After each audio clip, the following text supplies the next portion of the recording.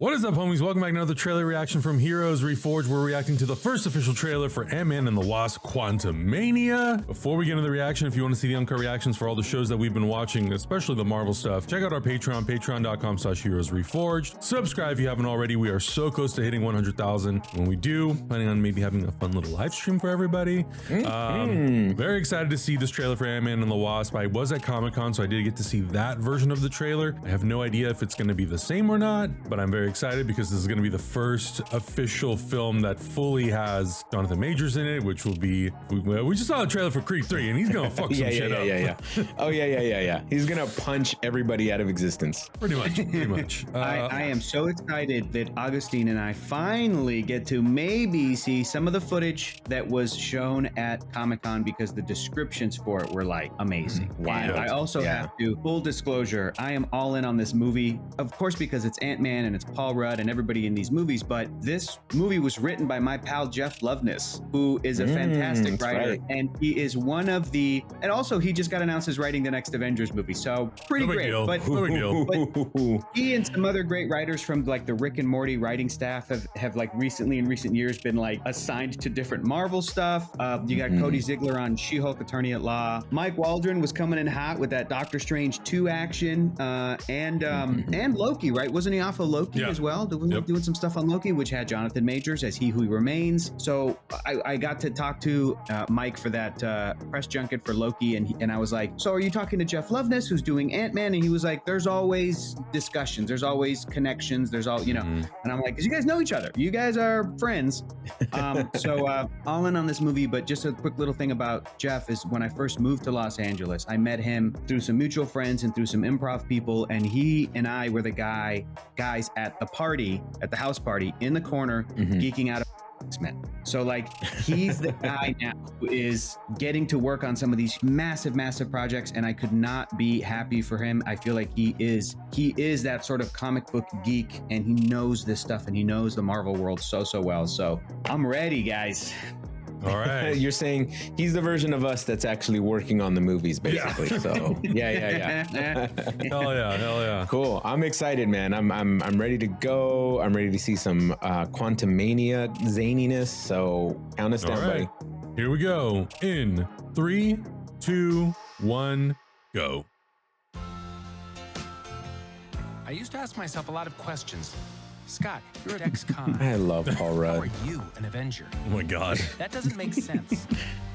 But everywhere I go, people tell me the same thing. Thank you, Spider-Man. He's a good cameo, and I stand by. Like a satellite for deep space, but quanta. Wait a minute. You're sending a signal down to the quantum realm. Turn it off. Now. What does she know?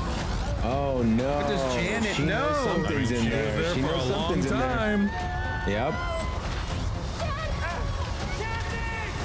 Yeah, you they're let all yourself going go in. and get in there. Oh boy. No suits, it looked like. Oh boy. That's awesome. Ooh. Okay, he got his suit. Where are we? In the quantum zone, baby. Whoa. Wow, what's that?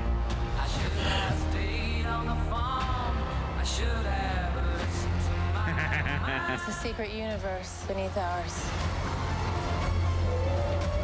What are you so afraid of? There's something I never told you. Oh, there he is. This place.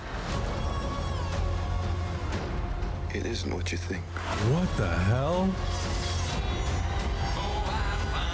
Yo! We saw a glimpse of the costume. Yeah. Okay. Get you hope. And give you more time. What? If you help me. Wow. So, what's it gonna be?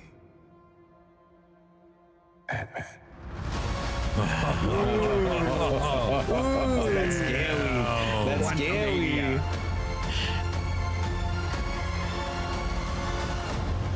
Nice. Ooh, so Damn. sorry. I'm gonna keep looping this while we talk here because that was a good one. I think the spiciest thing that they left out of that trailer, which was in the Comic-Con one, which I think at this point everybody knows, is basically Kang telling Ant-Man, like, haven't I killed you before? Basically implying that he's killed multiple versions or multiple iterations of Ant-Man and the Avengers in some other timeline. Yeah, that's the thing that I think is exciting about this movie, is because we are leading up to the events of Kang Dynasty and Secret Wars. We're in the multiverse saga, so we know that this movie is probably heavily going to play into kind of exploring what does that kind of maybe mean in all the different universes, which that's cool. I think this is interesting to explore as well, because so we saw a version of the multiverse with Doctor Strange, almost 2 different versions of the multiverse with Doctor Strange, and now we're seeing kind of Ant-Man's version of the Quantum Zone multiverse with these guys, and it's completely different. This looks like a Salvador Dali painting that like got Marvel-fied, and it just looks absolutely insane. Yeah, I agree. I think that was my biggest surprise from this, was because I had heard the premise from that description from Comic-Con that the 4 or 5 family members get sucked into the quantum realm, right? We have Hank and Janet, we have Hope and Scott and Cassie. So these 5 effectively family members get sucked into this thing. And I thought it was such a great premise, because it's like, it's going to give Michael Douglas and Michelle Pfeiffer a lot to do. And they've had big presences in the past 2 Ant-Man movies, but especially Michelle Pfeiffer, I feel like was almost a cameo role in Ant-Man and the Wasp. And it's like, you got Michelle Pfeiffer, like, this could also be being the 3rd Ant-Man movie. Maybe this a send-off for all of these characters, or most of these characters. Maybe we'll see them again. Maybe we won't. I don't think something as dramatic as like Scott Lang or Hope Van Dyne dying is going to happen. But I think this may be a bit of a, okay, now Cassie's the next generation and I'm going to sort of semi-retire. Or maybe Scott Lang will be like a Clint Barton Hawkeye who kind of says he's retired, but he's around.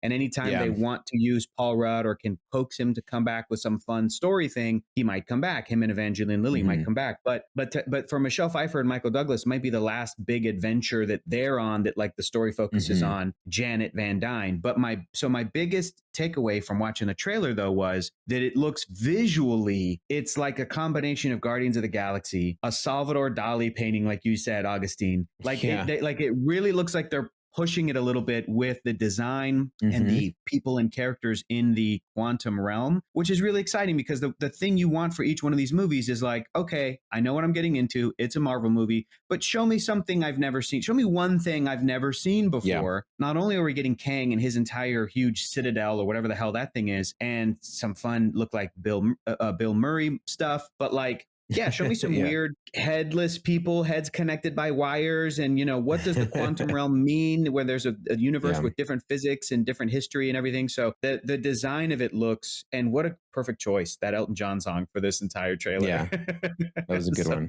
Good. You know what it reminds me of? It reminds me of, you mentioned Guardians of the Galaxy Volume 2 specifically, where we see all the different aliens, but it also does have like a very Star Wars type of vibe. Yeah, I see that. Like there's moments where they're going through and it feels like they're going through like a cantina or something that we've seen in like in Mandalorian before, where we've seen all these like different alien species in one place. But I dig that. I think that's really cool. And the designs are, this is definitely the most fantastical Ant-Man film for sure. If you're going to commit to making trilogies of all these character stories, I think at some point you have to kind of push outside of the box and do something that's really, really different. And I think because Marvel builds these cinematic universes and they build these like sagas, I think it lends itself creatively to go into directions where it's like, well, would we have gone into the quantum realm if it wasn't for us building this multiverse saga? Maybe not. This is a great opportunity to explore that. What does that look like to the audience? What does it look like when we're full time in this universe? So that's exciting. And then, having Cassie Lang suit up again, we're just teeing up Young Avengers or some iteration of that team. So we're just building. It's cool. It's exciting. It's also cool because, not to knock the Ant-Man comic book mythos, but he don't have a lot of great villains in his corner. So when they got through 2 movies and they're like, we've done Yellow Jacket, we had like an Egghead cameo. Basically, we run out of Ant-Man villains. And I like how, because the MCU is this long-term, bigger picture thing, like you're saying, Adam, I'm sure somewhere along the line, they're like, well, we know eventually we want to introduce Kang because he's such a great character and is such a great villain for like an Avengers team. And I don't know whose idea it was, but it's like, what if we just had Kang be the villain in Ant-Man 3? Talk about overpowered, talk about out of your depth. That's perfect for Scott Lang, Ant-Man. So happy that we get to basically introduce Kang in this movie, spend time with him, learn what his deal is, so that a little bit of that work is done by the time Avengers 4, the Kang Dynasty rolls around. Sorry, Avengers 5, the Kang Dynasty rolls around. And and with the same writer, with Jeff Loveness going from this to that, it feels like there's going to be that great continuity of all that does is bode extremely well for this movie. Everybody at the studio level must have been stoked about how Kang turned out and how this movie turned out with this great ensemble, that they're like, yeah, it should just be Jeff writing the Avengers characters now dealing with Kang, maybe including Ant-Man. So awesome. And also congrats to the entire visual effects team, because this trailer for real looks stunning. Looks stunning. It looks as good as Wakanda beautiful. Forever. It looks so good. Yeah. I have a feeling we're going to get a Infinity War style ending with this movie, because there's no way you're killing off Jonathan Majors at the end of this movie. No way in hell, dude. Yeah. It's just going to be him just like busting out of the quantum zone and ready to wreak havoc. If he's not already wreaking havoc somewhere else, like, because there's different versions of him. Who knows? Yeah, you might be right. It's going to bust the world wide open, I think. We'll see. We'll see. February's not that far from here, so we only have really just like a few months, like 4 months before this is out. So 4 months. Yeah, it's going to be here very, very soon. Very, very soon. If we've learned anything about time in the last 3 years, it just slips right on by. Feels like we're in the quantum zone, baby. I know it does. But of course, let us know in the comments below what you thought about this first look at Ant-Man and the Wasp: Quantumania. What are your theories for where you think the movie will go? Subscribe if you haven't already. Check out our Patreon, and we'll see you guys in the next reaction. Bye. Thank you, Spider-Man.